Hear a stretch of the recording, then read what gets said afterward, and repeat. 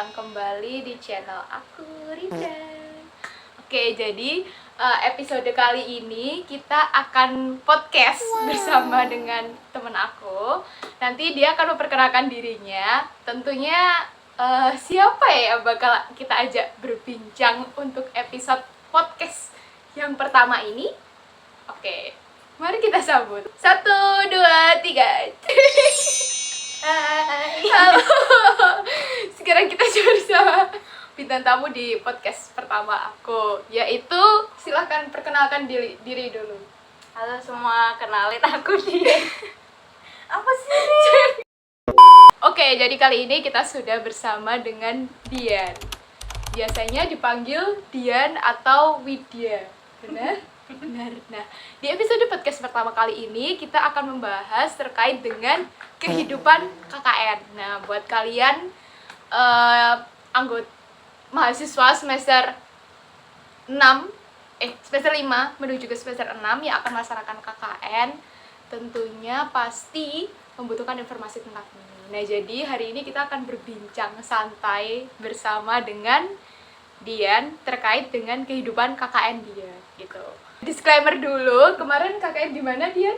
Di Lombok, Rinda. Oke, di Lombok. Jadi Dian kemarin KKN di Lombok, dan juga aku sebenarnya juga KKN di Lombok, tapi Beda tempat tadi. iya, kita nanti akan menanyakan terkait dengan gimana sih pendapat Dian ketika di Lombok gitu. Oke, kita langsung tanya-tanya aja kali ya. Kita langsung menuju ke pertanyaan pertama. Oke, sekarang kita masuk ke pertanyaan pertama. Pertanyaan pertama, gimana sih terkait dengan first impression kamu itu saat pertama kali mendaratkan kaki di Lombok gitu. Mungkin bisa diceritain dulu berangkatnya tuh naik apa, atau mungkin ini pengalaman pertama atau gimana gitu. Oke, jadi waktu ketawa. Jadi kita itu kan berangkat di bulan Juni 30 Juni. Iya. Kita kan ke Lombok dan kita dapat bantuan uang, makanya kita naik pesawat. Tapi sebelumnya kita naik bis yang sangat sempit dulu. Sesempit apa itu? Boleh diceritain? Boleh ceritakan sedikit. Kayak sempit banget itu. Kayak dengkul dan dengkul sebelahnya itu saling menempel. Jadi satu bis ini dengkulnya ada 4. Ini 4, sini 4, jadi 8. Itu kan. Habis itu kita langsung ke Surabaya, dari Jogja ke Surabaya naik bis, terus dari Surabaya ke Lombok naik pesawat. Gitu. Dan itu juga first time aku naik pesawat. Woi, gimana rasanya naik pertama kali naik pesawat? Aku nggak dapet esensinya. Karena Karena apa? Karena diapit bapak-bapak coy. Kayak sini bapak-bapak diem aja, yang sini ngomong wae Rin. Kayak nanyain aku terus. Tapi jadinya awkward. Karena aku kan mau lihat apa di jendela gitu kan, di kanan. Bapaknya tanya, ya aku balik sini. Oh iya Pak. Sana lagi, tanya lagi dah sepanjang perjalanan seperti itu. Oh, gitu. Terus ini kan pertama kali ke Lombok juga atau sebelumnya pernah ke Lombok? Pertama kali. Gimana rasanya menginjakkan kaki di Lombok? Suasananya kenapa ketawa terus? Ayo, jawabnya. Suasananya tuh nggak jauh berbeda ya sama Jogja, tapi mungkin masuk ke Sambelianya di lokasi KKN-nya agak mirip-mirip sama Gunung Kidul gitu jalannya. Iya. Tapi banyak pantai di sana. Di Sambelia itu rata-rata pantai atau gunung atau? Nggak tahu ya. Oke, terus pertanyaan kedua nih. Sebelum memulai KKN nih, kan kamu kan pasti mempersiapkan hal-hal gitu ya. Nah, terus sebenarnya ada nggak sih kayak kekhawatiran gitu sebelum memulai KKN jauh di luar Pulau Jawa? Ada nggak sih? Kalau kekhawatiran lebih ke membaurkan diri ke warganya sih. Gitu, takut kan aku juga orangnya nggak langsung ceplos-ceplos, nggak gampang akrab gitu kan, apalagi diterjunkan langsung ke wilayah dan harus beradaptasi di lingkungan itu, berbaur dengan masyarakat. Takutnya di situ nggak bisa berbaur, tapi nyatanya bisa. Weh, keren. Tepuk tangan belakang saya.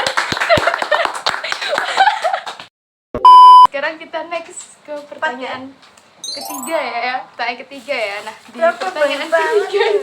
pertanyaan ketiga ini kan pertama kali di Lombok nih, KKN. Gimana sih mungkin bisa diceritain gitu kayak rasanya hidup di lingkungan baru selama KKN itu seperti apa? Apa ya, temennya apa? Semuanya rasanya. Seru. Pengalaman yang paling berharga adalah di KKN. Weh. Karena di situ kita berjuang dari nol, dari pondokan yang sepi, yang pondokan kita tuh yang di pondokan pertama kita tuh BTW pindah lokasi pondokan. Nah, di pondokan yang pertama tuh bener-bener kosongan, jadi kita di situ struggle banget dan malah saling bekerja sama dan bondingnya tuh dapet di situ. Terus juga apa ya Ren, nggak tahu aku. Kan ya ini ya. Sekarang kita lanjut ke pertanyaan keempat ya guys. Jadi di pertanyaan keempat ini boleh gak sih diceritain terkait apa sih mungkin kesan yang paling menyenangkan selama KKN? Yang pertama adalah teman-temannya, sangat-sangat menyenangkan. Tentunya kita bisa berbaur, bisa solid dan kayak kita sampai sekarang juga masih main gitu sama teman-teman KKN. Top. Nah, aku rasa juga teman-teman KKN tuh juga apa jenis teman yang paling deket gitu kan. Kita 50 hari bareng, terus setiap pagi ketemu mereka. Dari itu jadi rasa sayangnya semakin meningkat gitu. Itu yang paling berharga. Terus juga di sana berbaur sama masyarakatnya, walaupun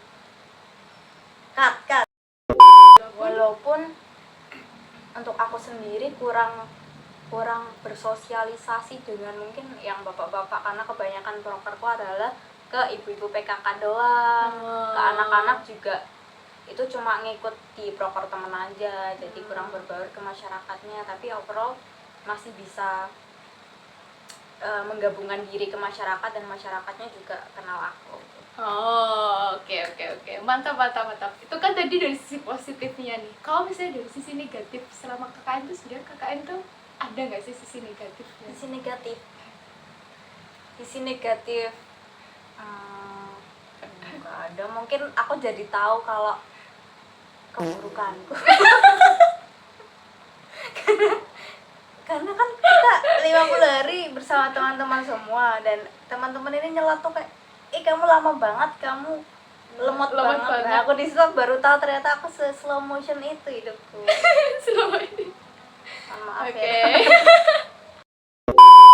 Pertanyaan selanjutnya yaitu pertanyaan ke-5. BTW ini ada 14 pertanyaan. Beneran? Tapi singkat-singkat aja jawabnya, oke? Sekarang pertanyaan ke-5. Boleh sambil makan nggak? Boleh. Kita mau sambil makan ya guys. Kita punya ini. Tada. Ini apa? Crepes. Ini review makan. Buat review. Kita sambil makan. Nah ini, sekarang aku mau tanyain dulu pertanyaan ke-5. Gimana sih mungkin caranya buat beradaptasi sama teman-teman yang baru? Kan mungkin kan kalau sama KKN kan belum pernah nih. Kan kalau misalnya temenan lama dari semester 1 sampai semester 6 kan mungkin udah kenal akrab. Tapi kan kalau dari KKN kan mungkin kita hanya kenal 1 bulan, 1 sampai 2 atau 3 bulan. Nah, itu sekiranya tuh gimana cara kamu buat beradaptasi sama teman-teman baru itu? Itu tuh karena kita hidupnya 50 hari bersama, mungkin di awal-awal masih awkward ya, tapi kan secara natural gitu lama-lama akan membaur sendiri. Nah, di awal-awal itu cara membaurkan diri ke teman-teman ya pastinya ngobrol, terus saling bantu. Kita kerja bareng, ngeproker bareng, udah lama-lama akan berjalan dengan sendirinya, kita akrab kayak gitu. Menurut kamu selama KKN temen yang paling enak kamu ajak ngobrol selama bersosialisasi itu siapa? Semua. Sebutkan 3 Kecuali- nama. Misbah. Misbah, I love you. Kamu baik kok. Sebutkan 3 nama yang menurutmu Ki enak Ki diajak apa namanya kayak curhat atau mungkin diajak ngomong gitu. Diajak gibah. Heeh. Iya, Boleh itu. diajak gibah boleh. Diajak gibah. Ya Pak. Nomor 1. Lia. Weh, terus Lia. Ayus. terus Terus Netnot. Oke. Next, sekarang kita akan menuju ke pertanyaan ke-6. Pertanyaan ke-6 benar. Nah, ini mungkin terserah sih mau dijawab atau enggak, tapi harusnya dijawab ya. Apa? Sekiranya kamu pernah ada konflik gak sih sama satu tim kamu selama KKN? Konflik besar. Konflik apapun itu, entah besar ataupun hanya kecil, kayak permasalahan-permasalahan kecil gitu. Tolong bisa diceritakan. Lupa. Apa ya? Soalnya aku kalau misal berkonflik dengan orang, Mm-mm. aku nggak akan mikir itu secara lama gitu loh. Oh. Ya udah sebel di waktu itu aja, tapi setelah itu ya balik lagi. Tapi ya. pasti ada gak sih yang paling nyebelin gitu loh, maksudnya suatu saat itu tuh paling kamu memancing amarah orang ini, kan? Oke, next. Sekarang kita menuju ke pertanyaan ke-8. Nah, aku pengen tahu sih, sekiranya apa sih yang menurut kamu itu tantangan terbesar ketika berkomunikasi, entah itu sama teman kamu ataupun sama masyarakat. Mungkin sebagai contohnya ketika sama masyarakat itu bahasa yang berbeda, atau mungkin gimana, atau mungkin pas sama temen itu kayak apa ya, setiap kali ngomong itu kok tanggapannya dia malah jelek ke kamu gitu. Ada tuh tantangan terbesar kalau ke masyarakat deh. Kalau tantangan ke masyarakatnya itu mungkin karena kita mungkin budayanya beda ya, per pulau. Jadi kalau mau ngomong tuh kadang agak takut gitu yang kita sampaikan tuh salah atau enggak. Apalagi waktu itu kan kita sering ngomong kamu gitu kan antar teman gitu. Nah ternyata di sana tuh kamu termasuk bahasa yang kasar. Jadi langsung dikasih tahu kalau di sana tuh kamu tuh nyebutnya side. Side ngapain ini side? Oh, gitu. Terus kalau antar teman Antar teman nggak ada antar teman, kita ngobrol-ngobrol aja. Oke. Emang kamu apa? Tantangan terbesar. Kalau mungkin tantangan terbesar aku ketika berkomunikasi sama teman sih. Sekarang pertanyaan ke-9. Udah 9 ini. Sekiranya ada nggak sih momen lucu gitu atau unik selama KKN? Tolong diceritain semuanya, kayak hal yang buruk atau mungkin ketika di pondokan atau ngapain gitu. Aneh kita ini. Apa?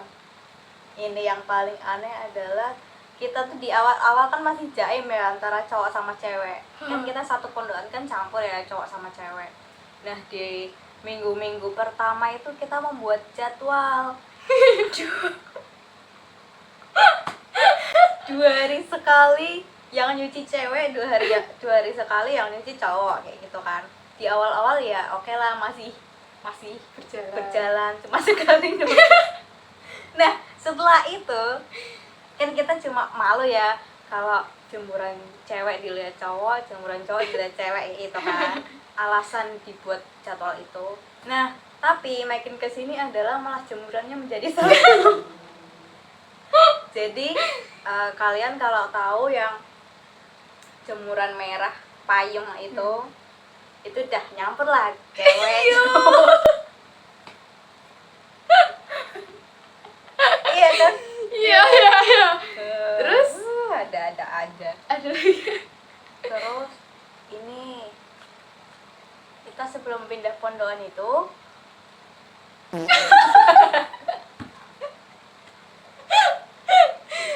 Ceritain aja, ceritain. ada bom guys. Ada bom kan Bom kita apa tuh? kan itu rumah udah nggak dipakai berapa tahun? Udah lama sih. Pondokan yang pertama. Heeh. Udah lama. Udah lama gitu kan, dan emang seminggu pertama itu orang-orang masih pada susah berak. Iya kan?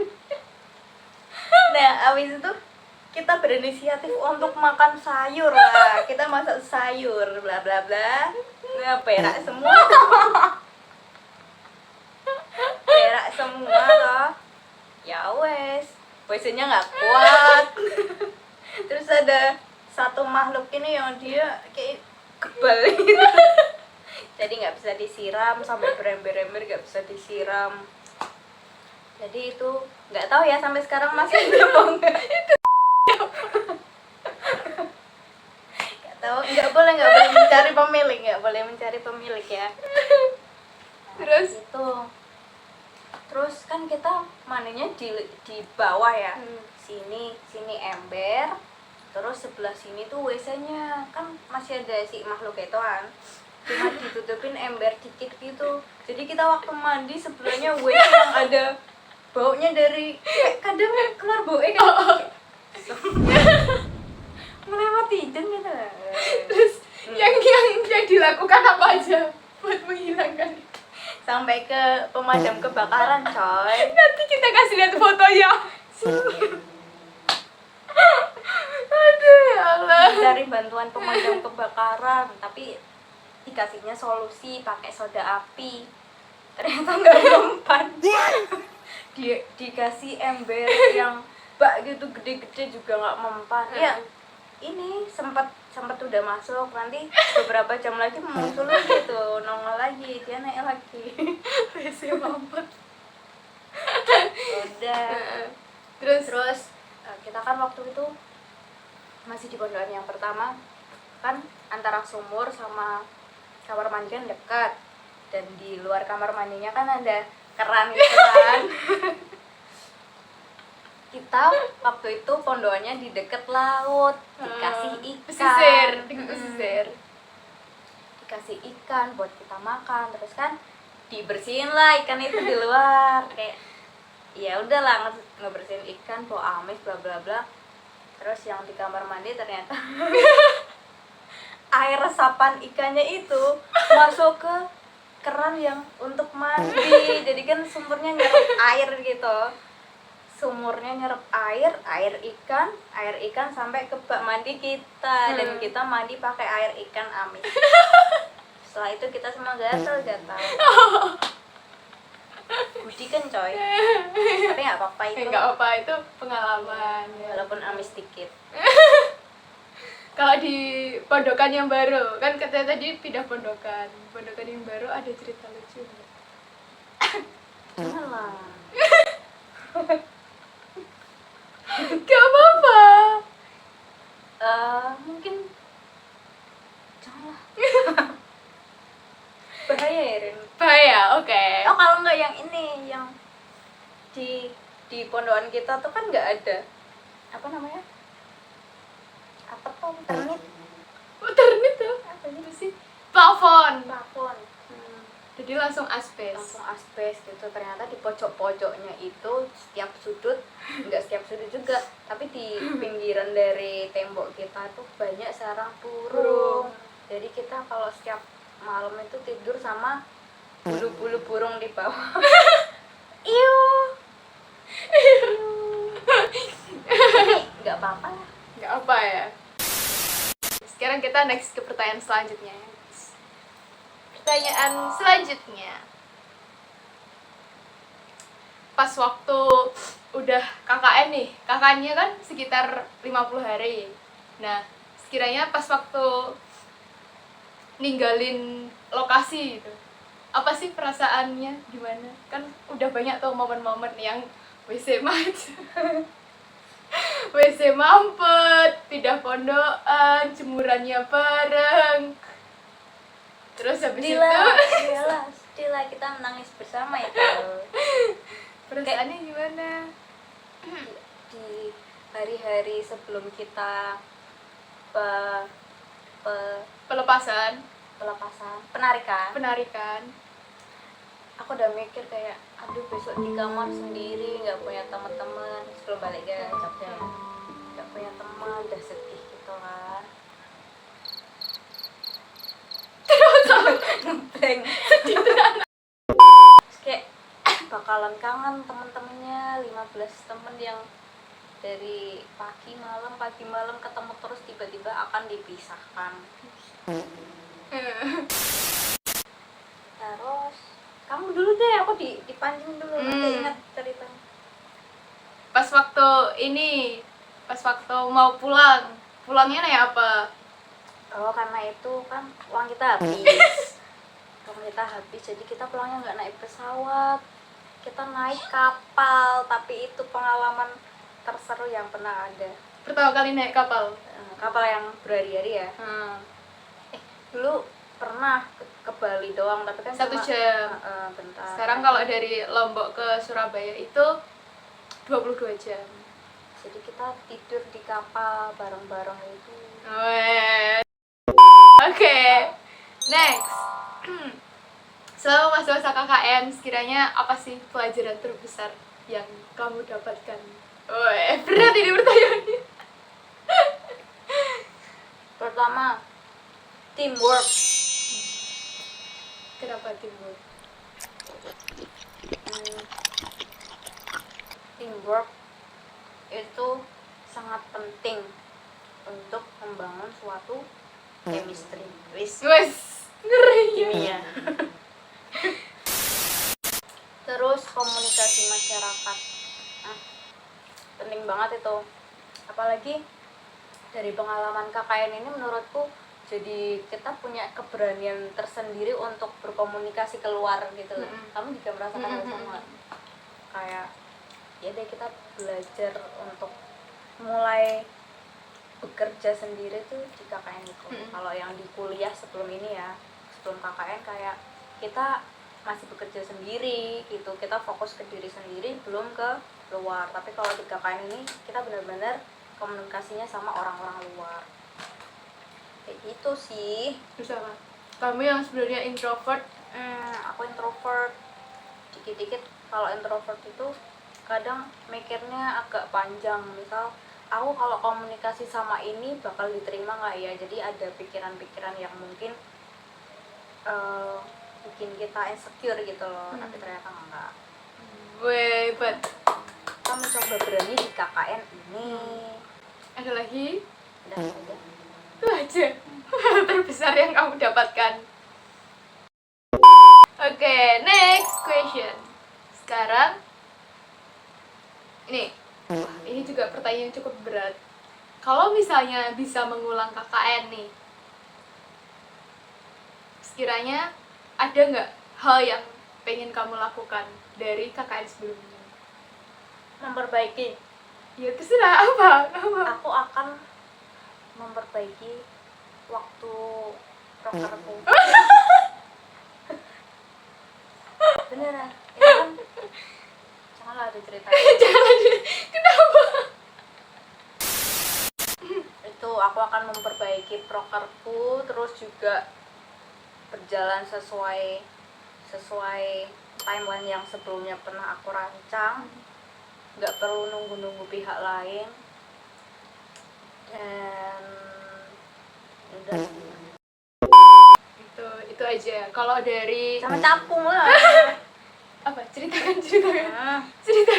Kan aku kan anak entomologi juga. Entomologi itu kan belajar tentang serangga. Dan aku tuh pengen di sana tuh mau buat insektarium itu kayak awetan serangga gitu. Nah di awal aku menargetkan kupu-kupu, tapi karena di sana itu kupu-kupu nggak banyak dan malah suatu hari kita nemu capung banyak banget di TWA Keramat Suci. Akhirnya aku berpindah jadi mencari capung.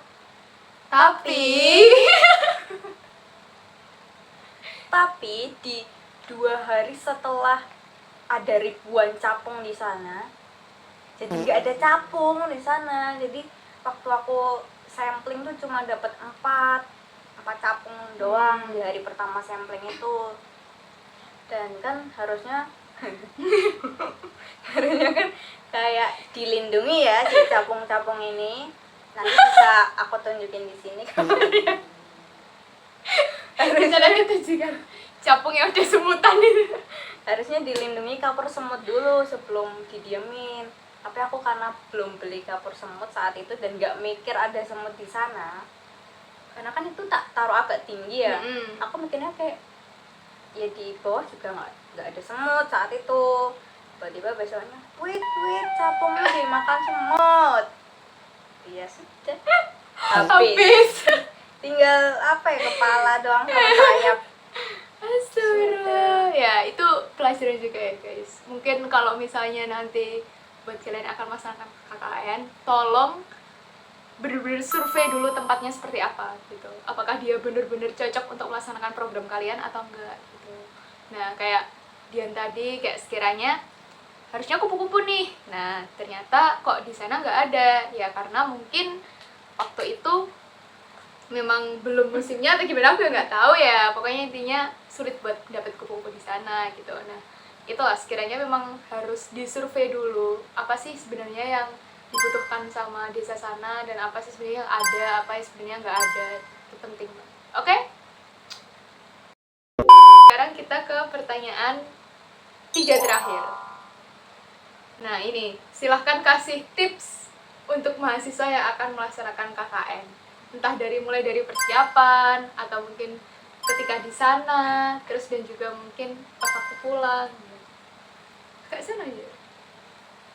Yang pertama persiapannya sebelum membentuk tim adalah benar-benar tahu temennya ya guys. Teman kalian bisa diajak kerjasama atau enggak, karena di sana kan butuh teamwork yang benar-benar kerjasama gitu loh, yang kita saling mendukung program satu sama lain. Terus baik itu di masyarakat atau di dalam pondokan itu sendiri. Jadi butuh teman-teman yang suportif ke kita dan ke tim. Yang pertama. Terus jangan boros-boros, jangan dikit-dikitin tuh marah. Habis duitmu. Apa lagi? 1 itu, terus 2 tipsnya Indomaret. Indomaret, terus 3 boros gak? boros jujur boros banget jajan sama terus KKN. kita di sana. Mungkin karena kita masih ada di area yang apa-apa tuh sebenarnya bisa didapetin gitu. Tapi mungkin ketika ya nggak tahu ya, mungkin di daerah yang cukup pedalaman mungkin ya kita nggak akan boros gitu. Tapi karena di sana tuh masih ada Indomaret guys, jadi itu yang sekiranya tuh kita kangen mungkin ya, makanan dari kota dan lain hal gitu. Tuh, ada lagi kamu? Apa tadi pertanyaannya? Tips untuk mahasiswa yang akan melaksanakan KKN. Siapin semuanya dari awal, entah itu pakaian, obat-obatan, mental. Terus kira-kira di desa yang akan dikunjungi itu di desa yang akan dikunjungi itu kalian harus tahu situasinya kayak gimana, butuhnya kayak gimana, itulah. Terus ada lagi? Langsung jawab. Oke, next. Apakah kamu pengen kembali ke lokasi KKN? Pengen lah, Kapan itu? kalau punya uang. Oke. Apa ya alasannya kenapa kamu pengen kembali ke Sambelia? Aku ngerasa kita belum terlalu ngeksplor wilayahnya. Lombok ya terutama yang ya baik itu Mataram atau baik itu di Sambelia itu sendiri. Kan ada tempat-tempat yang harusnya kita kunjungi tapi nggak jadi. Nah di situ aku sebenarnya agak kecewa. Kan saat itu kita ada kesempatan main di luar pulau tapi belum bisa memanfaatkannya dengan baik. Itu kayak agak sedih sih. Jadi aku mau mengeksplor lagi Oh, biar oke. puas. Oke, berarti ada ya keinginan buat balik ke Lombok tahun depan, guys. Oke. Beneran nggak? Amin, amin. Bandung dulu. Oke, pertanyaan terakhir nih, sebentar deh, berikan satu kata terkait tentang apa? Satu kata? Dua kata deh, dua kata terkait dengan pengalaman KKN kamu. Apa? Katakan Satu kamu. aja? Ya, apa? Satu. Satu kata. Satu kata. Amazing. Weh. Paham. Oke, kalimat penutup deh buat teman-teman semuanya yang akan melaksanakan KKN periode 4 ataupun periode 2 tahun depan. Apa? Berikan kalimat motivasi ataupun kata penutup, closing statement dari dia. Jangan lah gitu, kayaknya jangan menyerah, tetap semangat karena di sana tidak ada penyemangat. Weh. Oke, terima kasih guys sudah menyaksikan podcast kita kali ini. Semoga sedikit membantu untuk teman-teman semua yang Kayaknya nggak membantu deh. melaksanakan KKN. Pasti ada satu hal yang akan membantu. Ya walaupun sedikit ya, nggak banyak, tapi semoga ya cukup membantu. Oke, itu saja dari aku, Rinda, dan Giant. oke, bye-bye. Sampai Bye. jumpa.